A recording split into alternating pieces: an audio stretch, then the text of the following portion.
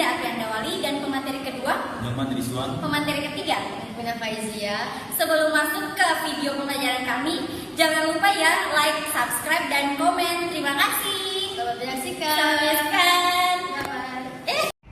Assalamualaikum warahmatullahi wabarakatuh.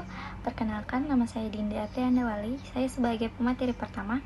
Di sini saya akan menjelaskan tentang pengertian dan contoh kasus dari kapital operasional. Ya, saya masuk kepada materi yang pertama, pengertian kapital operasional, yaitu kapital operasional adalah likuiditas suatu perusahaan, termasuk efisiensi operasional dan kesehatan keuangan dalam jangka pendek. Kapital operasional atau working capital merujuk pada perbedaan aset lancar perusahaan dan kewajiban yang ditanggung dalam periode berjalan. Ya, selanjutnya kita akan masuk ke contoh kapital operasional. Contohnya seperti Partai Maju Terus Terang mempunyai hutang sebesar 12 miliar dengan tingkat bunga sebesar 15%.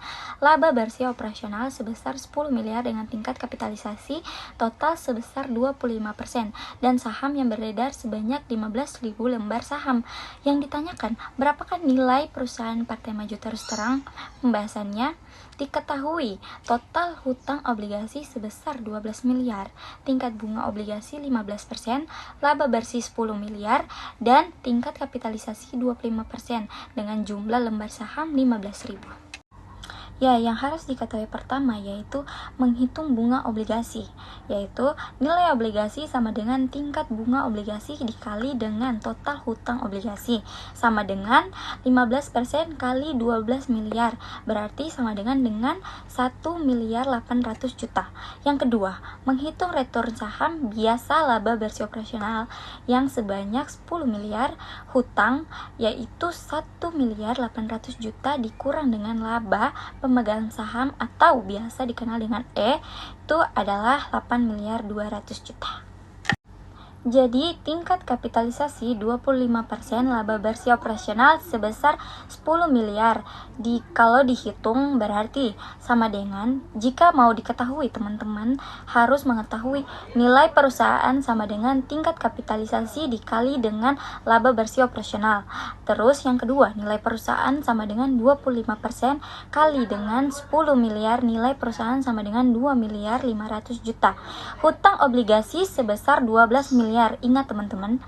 Terus nilai perusahaan sebesar 2 miliar 500 juta kurang saham atau S sebesar 9 miliar 500 juta. Nilai pemegang saham sama dengan laba pemegang saham atau tadi disebut dengan E dibagi dengan saham. Nilai pemegang saham berarti sama dengan nilai pemegang saham 0,9. Kelebihan serta kekurangan kapital operasional. Di mana untuk kelebihan kapital operasional yang pertama yaitu melindungi kemungkinan terjadinya krisis keuangan yang membenahi model kerja yang diperlukan. Dan yang kedua, merencanakan dan mengawasi rencana perusahaan yang menjadi rencana keuangan di dalam jangka pendek. Dan yang ketiga, menilai kesempatan perputaran modal kerja dalam arti yang menyeluruh. Dan yang keempat yaitu membayar atau memenuhi kewajiban jangka pendek sesuai dengan jatuh tempo. Yang kelima, memperoleh kredit sebagai sumber dana guna memperbesar perusahaan kebutuhan kekayaan aktikal lancar. Dan yang keenam dari kelebihan kapital operasional yaitu memberikan pedoman sehingga tidak terdapat keraguan manajemen guna memperoleh efisiensi yang baik.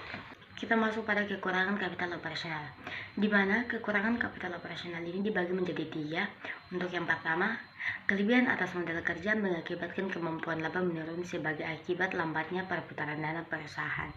Yang kedua, menimbulkan kesan bahwa manajemen tidak mampu menggunakan modal kerja secara efisien.